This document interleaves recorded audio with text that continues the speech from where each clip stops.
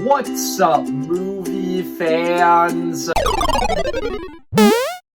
Guys, the second season of Andor, the best live-action Star Wars show, recently came out, and I have been dying to talk about it. I have been watching this season weekly ever since it started, and just every week I have been loving this season, and I have been so excited for it to end so that I can talk about it and get all of my thoughts out. This is probably going to be a long video, but before I get into the second season, I just want to quickly remind everybody of my thoughts on the first season of Andor. The first time I watched Andor Season 1, I wasn't as crazy about it as everybody else. I thought that it was kind of slow and boring at certain points, and so it really didn't click with me as much.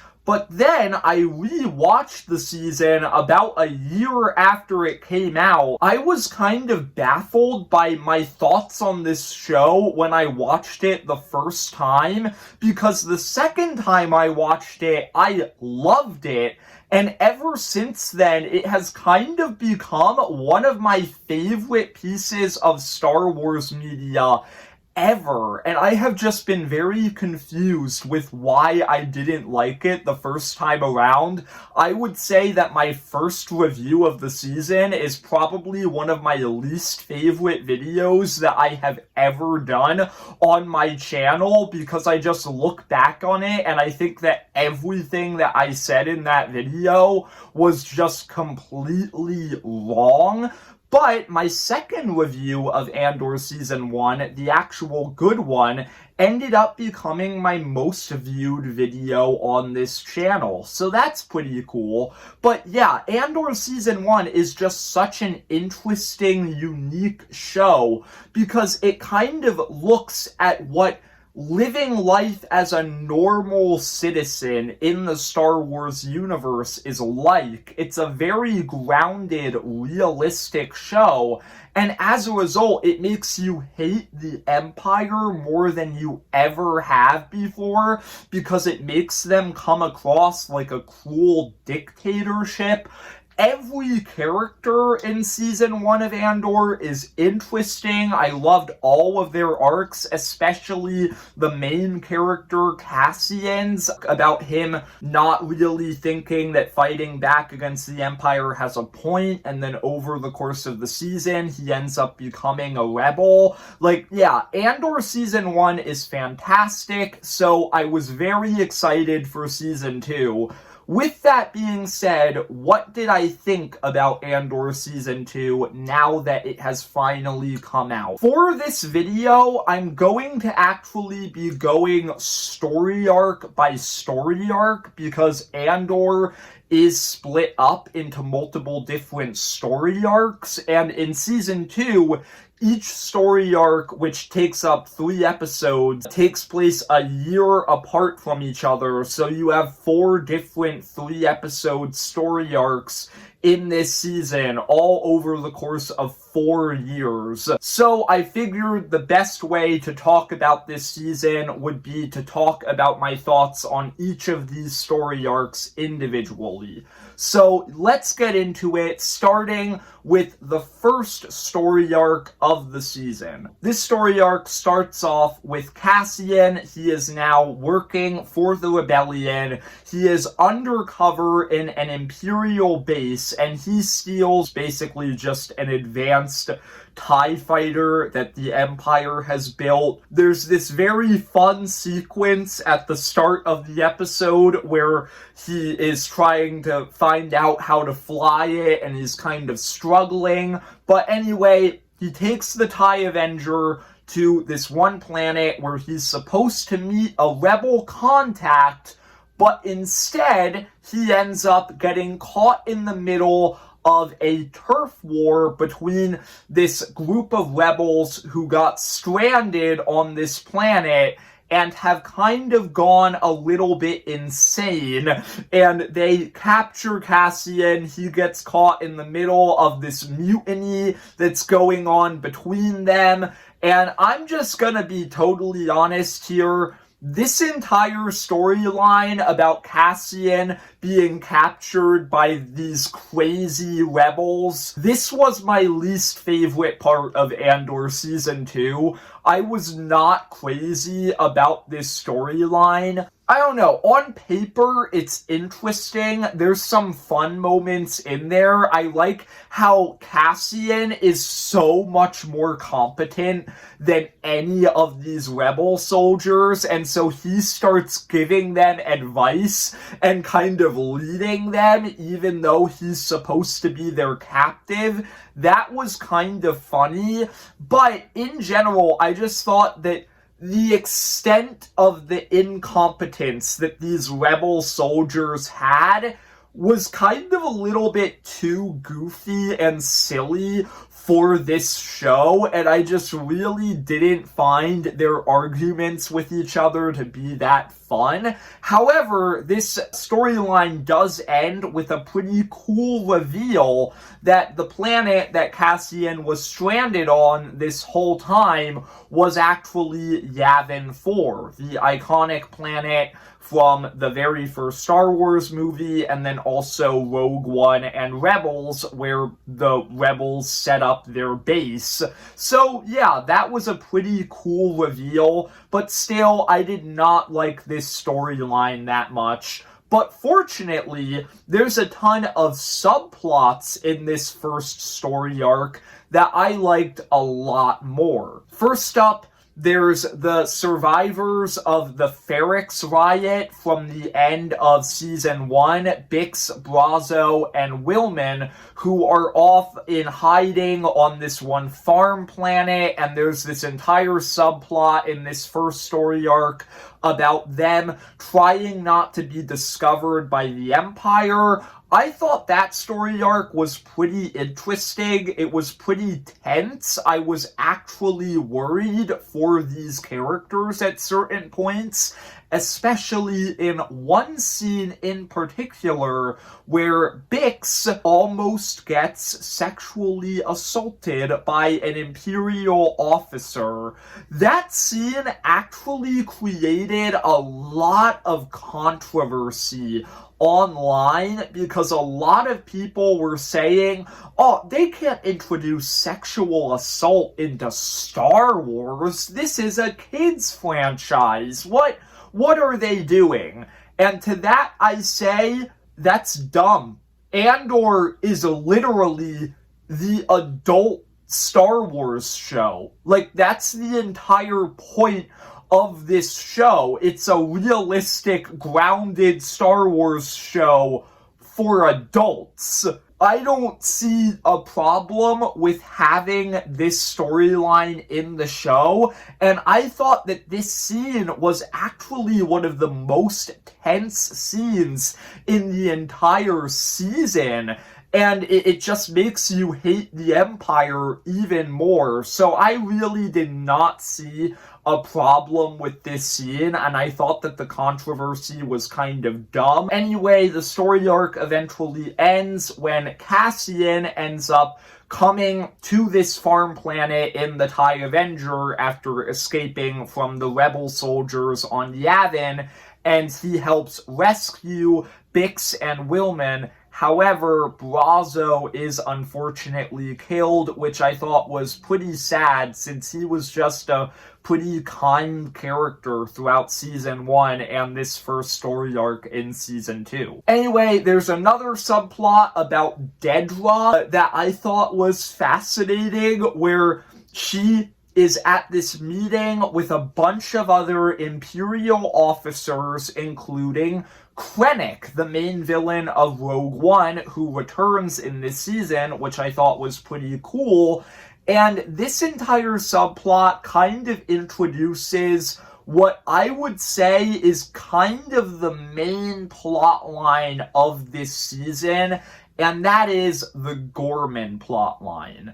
In this story arc, the Empire makes plans to try and mine this mineral from the ground on this one peaceful planet called Gorman, but they conclude that their efforts to mine this mineral might end up killing the entire Gorman population, so to justify their actions, they make plans to create propaganda to make it seem like Gorman was standing up against the Empire, so they just were trying to stop a rebellion. And yeah, it's probably one of the most messed up things that the Empire has ever done. We're going to talk about this more later, since the Gorman storyline becomes a lot more important in the next two story arcs. But yeah, I thought that this was a very creatively messed up thing for the Empire to do. This subplot also reveals that Dedra and Cyril are now dating, which I really did not expect. I thought they were going in that direction based on how those two characters ended in the season 1 finale, but I didn't expect them to just immediately be dating as soon as season 2 started.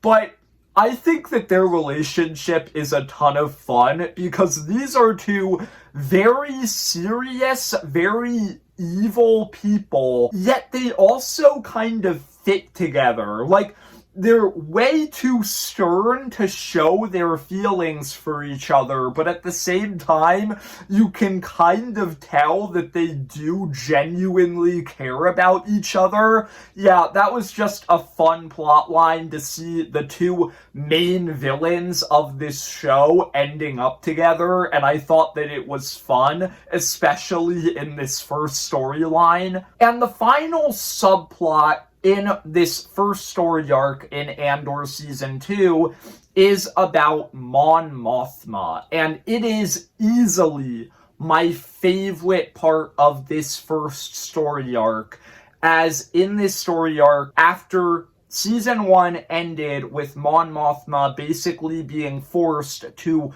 put her daughter into an arranged marriage in order to fund the rebellion. In this first story arc, we cut to a year later, and we are now at the wedding. And I really loved this plotline because Mon Mothma was in an arranged marriage, and it made her very unhappy. She doesn't want her daughter to go through this, and she is very much trying to stop it from happening. Right before the wedding, she tries to tell her daughter, you don't have to go through with this. But her daughter, who really doesn't respect Mon Mothma that much, basically just brushes her words off. And I think that it is such an interesting, tragic storyline.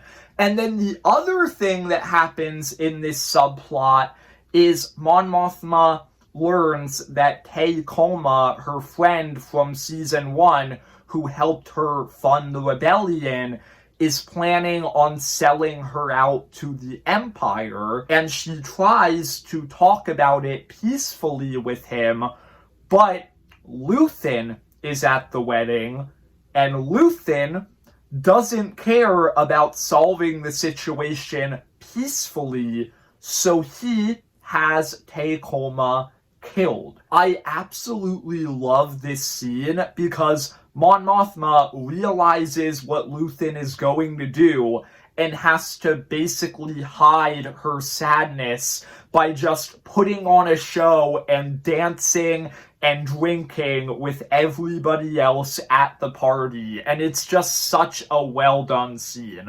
So yeah, overall, this first story arc had some very interesting subplots with Mon Mothma, the Ferric survivors, Dedra, and Cyril, but I wasn't crazy about the main plotline with Cassian, so it's probably my least favorite of the 4 story arcs in this season. Moving on to story arc number 2. This picks up a year later, and this story arc starts to get more into the Gorman plotline. In this story arc, we actually follow Cyril for a large portion of it as he is sent to Gorman, and I thought that this story arc was very interesting as throughout a large portion of it, Cyril ends up getting contacted by this group of rebels on Gorman, and you think at first that Cyril is actually sympathetic towards their struggle, and I thought at first, oh, are we going to get a Cyril redemption arc? Is he going to turn against the Empire? And then eventually you realize, nope, that's not where they're going with this. Cyril is actually working with the Empire, with Dedra, and he is giving the Empire information from the Gorman Rebellion so that the Empire can kind of manipulate the Gorman Rebellion into doing what they want. And yeah, I really thought that this storyline was interesting because with Cyril, you can never quite tell in any of the scenes with him and the Gorman Rebellion if he's being sincere or not, and I really liked that. I thought that that was really well done, and I'm just gonna say it, I think I owe Cyril an apology. Because in my Season 1 review, I said that I didn't really care for Cyril that much, and I think that Season 2 made me like him way more. In Season 1, I liked him, I just didn't think he had that much relevance to the plot. Season 2 gave him way more plot relevance, and as a result, I ended up liking him way more, and we're going to get to that a little bit more in the next story arc. But anyway, other stuff that's going on in this story arc focuses a lot on the relationship between Cassian and Bix, as the two of them are officially together now, and I really liked their relationship. I just think that they have great chemistry, and I also liked their struggle where they're trying to live a semi-normal life, but at the same time, they're constantly looking over their shoulders because they are operatives of the rebellion and they can never quite be safe, and I think that that was very interesting. Eventually, Cassian is recruited by Luthen to go to Gorman to try and analyze their rebellion and see if they are ready to stand up to the Empire. Cassian concludes that they're not, and this leads to a really interesting argument between Cassian and Luthen that I think just defines these two characters so well, since Cassian is saying, we can't let the Gorman people fight back against the Empire, they will be crushed. But Luthen is saying, okay, sure, let them get crushed. It will send a message to the galaxy. And that's just really interesting to me. It just shows the contrast between Cassian and Luthen as characters and kind of the struggle that they have to understand each other's perspectives. And I think that that was one of the most interesting parts of this entire season overall. Willman becomes a way more important character in this story arc, as he ends up having this subplot where he goes off and joins Saw Gerrera's rebels for a little bit, which I thought was cool. I wasn't, crazy about that storyline, just because, Willman was kind of a minor character in Season 1 and the first story arc of this season, but I still thought it was cool that they were kind of giving him more story relevance and developing him more. And the final subplot that really happens in this story arc is Vel and Cinta are sent to Gorman in the final episode and they help the rebels on Gorman pull off this small heist, but the story arc ends up ending in tragedy as Cinta is accidentally shot and killed by a rebel soldier. And I'm gonna be honest here, I kind of wish that this entire plot point would have hit me harder. But to be honest, I don't think Cinta got enough screen time in this show for me to really care that much. Like, she was a fine character in season 1 and the little time she got in season 2, but I never really considered her to be a main character, so I felt bad for Vel, but I didn't really care that much about Cinta's death, and I kind of wish that they would have given Cinta more screen time in the first half of this season so that her death hit me harder. Anyway, overall, I thought that story arc number 2 was an easy improvement over the first story arc of the season.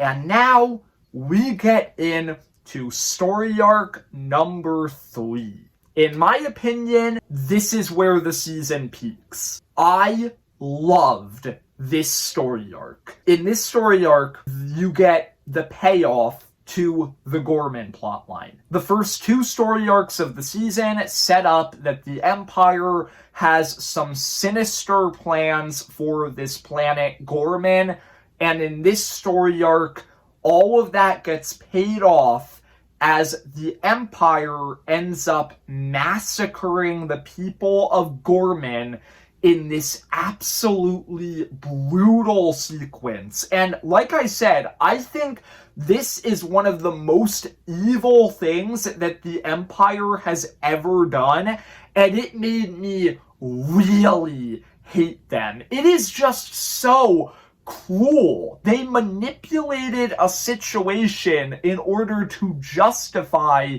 committing genocide towards the people of this planet, and it is just a terrifying, brutal, sad plot line. And the other thing that I really liked about this Gorman plotline, Cyril. Like I said, this season improved Cyril as a character a lot, in my opinion. In this story arc, he gets a very interesting end to his story as he realizes what the Empire is really doing on Gorman. He was never told what their full plans were. He was just told that he was there to stop rebel activity. He didn't realize that they were planning on massacring the people. And so throughout this story arc, Cyril is tested as first, his faith in the Empire is destroyed as he realizes what they're really doing. Then his relationship with Dedra is destroyed as he realizes that she was in on it, and you get to see some rare humanity from Dedra as she actually starts crying after Cyril leaves her. And then his ego is destroyed as Cassian is there on Gorman because he's trying to assassinate Dedra. Cyril stops Cassian. They get into this brutal fight with each other that ends with Cyril gaining the upper hand. He's about to shoot Cassian, and then Cassian looks up at him and says, "Who are you?" Cyril despises Cassian. Cassian basically ruined his life in season 1, but when the time comes and Cyril is about to get his vengeance, Cassian doesn't even remember him. Because why would he? They only met once in season 1. that was a defining moment for Cyril as a character, but for Cassian, Cyril was just another Imperial soldier trying to capture him. So it's just such a brilliant line.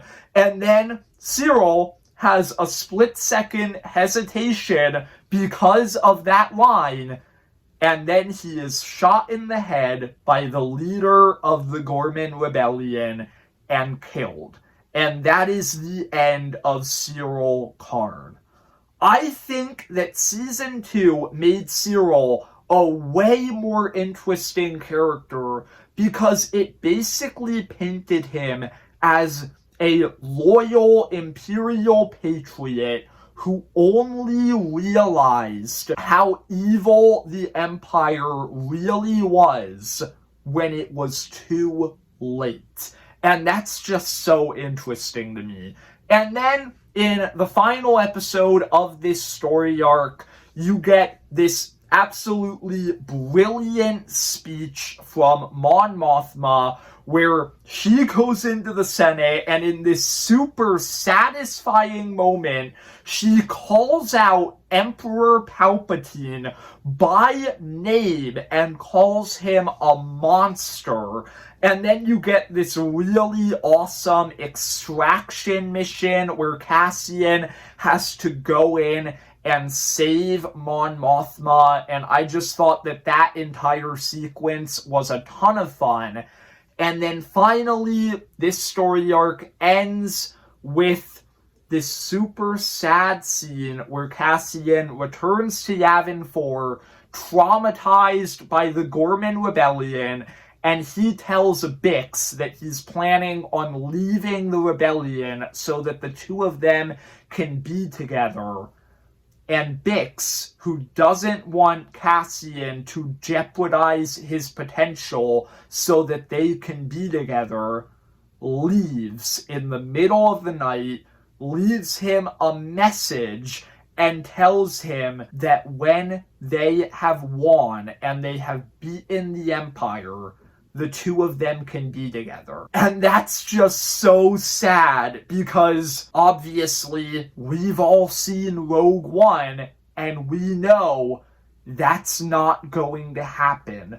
The two of them are never going to get to be together because Cassian is going to die fighting the Empire. And it's just so sad and heartbreaking. So, yeah. The third story arc of Season 2 was easily my favorite of the four. But with that being said, the last story arc is also pretty good.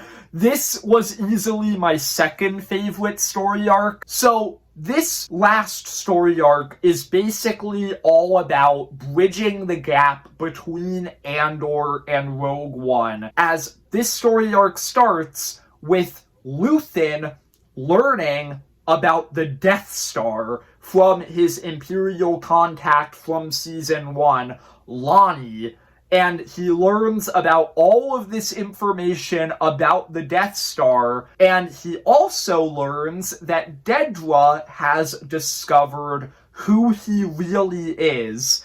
And then you get this awesome scene that I think is one of the best scenes in the season and in the show, where Dedra confronts Luthen, and it is a super, super tense scene as the two of them have this conversation where Dedra tells Luthen why she really hates rebels and how she sees them as causing chaos and not really wanting peace and freedom and just wanting to ruin the security of the galaxy.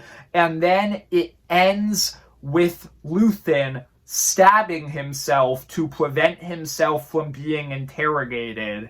And then from there, this episode goes in a direction that I was not expecting, as the focus transfers to Clea, Luthen's assistant from both seasons of this show, who has always kind of been a side character, but suddenly she gets basically an entire episode all about her, where you go into flashbacks and you learn how she was adopted as a child by Luthen, how the two of them became rebels, and it all culminates in this moment where Kleya is forced to pull the plug on Luthen's life support and kill him. And it is actually a super tragic moment that turns Kleya into a very interesting character, which I wasn't expecting. Like, she was always kind of just an interesting side character in season 1 who I didn't really think that much about, but this episode turned her into a truly amazing character. From there, you get this entire story arc where Cassian, K2SO, and Melshi, the minor character from Rogue One and Season 1 of Andor, the three of them go on a mission to extract Kleya from Coruscant and bring her back to Yavin 4 so that they can tell the rebels about the Death Star. And I thought that this was just a ton of fun, to be honest, mainly because of K2SO. I love K2SO so much. He's such a funny, entertaining character, and it was so much fun to see him again in this episode. And then from there, you move on to the Andor series finale. I thought that the direction that they took in this episode was fascinating because Andor doesn't end the way that most Star Wars shows would end. It doesn't end with a big galactic battle or anything. It doesn't even end the way that season 1 ended, with like this big, awesome, epic rebel uprising. Season 2 of Andor ends with Cassian just trying to convince the rebellion that the Death Star is real. They don't think that Luthen is telling the truth about the Death Star. They think that he's a little bit crazy. And it's just this really frustrating storyline as all of these rebel leaders who are basically just politicians who don't actually care that much about fighting back, and Cassian and also Mon Mothma a little bit are trying to fight back against them and convince them, no, this is real, you need to worry about this, you need to fight. And I really loved the way that Cassian talks about Luthen in this last episode, because it just makes you realize how far these two characters have come. Where Cassian has always thought that Luthen's methods are a little bit extreme, but in this final episode, you see that Cassian still trusts Luthen's judgment and trusts what he died for. And so he tries to defend Luthen's honor and convince the rebellion that he can be trusted. And I really liked that. It was oddly kind of touching. And then the story arc ends by leading directly into Rogue One, with Cassian going off on a mission that ends up being the opening scene of Rogue One. And right after I finished this season, like 2 days later, I rewatched Rogue One. And this show just put that movie into a whole new perspective by basically making me view that movie as the Andor series finale, since the actual series finale kind of leads into that movie and ends on a cliffhanger. And it just made me appreciate that movie so much more. You also learn about the fate of other characters in this final episode, as you learn that Vel, Wilman, and Kleya actually survived the events of the show, and they are just on Yavin 4, and I honestly think that's really cool because now you don't really need to know what happens to them. You can just fill in the blanks in your head and think, okay, they're rebels, they were on Yavin 4 the whole time, we just never saw them, maybe they fought in the Battle of Hoth or the Battle of Endor, something like that. They probably just lived out lives as rebel soldiers and ended up living peaceful lives after the Empire was brought down. And I just think that that's really cool that they kind of let you fill in the blanks yourself there.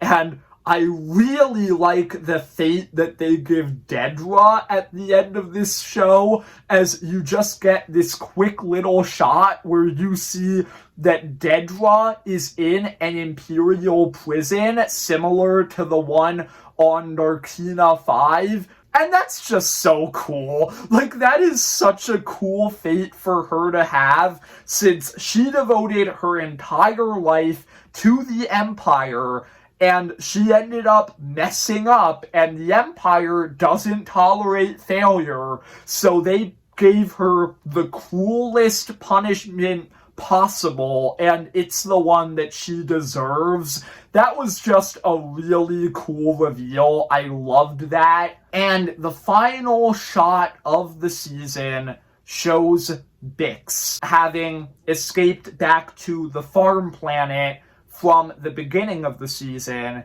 and it is revealed that she has a child. A child that is very much implied to be Cassian's child, who he does not know about. I thought that that just made Cassian's death even more heartbreaking, and it was just a pretty brilliant way to end the show. So overall, I loved this season. I spent so long talking about it because I just loved it. This is peak Star Wars. This is probably the best thing that Disney has ever done with Star Wars, apart from maybe the last arc of the final season of Clone Wars. But even then, this kind of rivals that. Andor Season 2 is a masterpiece. Andor is a masterpiece. I love this show. It's a very hard decision. This might be my favorite Star Wars show. I'm not 100% sure. Clone Wars and this are very close together. It's definitely up there. I loved Andor Season 2. I had a few minor nitpicks, mainly with the first arc of the season, but as an overall package, I think that this was just a beautiful season, and I highly recommend it, even though this video contains spoilers. So if you did watch to the end, you kind of got everything spoiled. So, like, why did you do that? Anyway, I hope you enjoyed the video. If you did, leave a like and subscribe. Comment down below, what are your thoughts on Andor Season 2? And see ya, movie fans.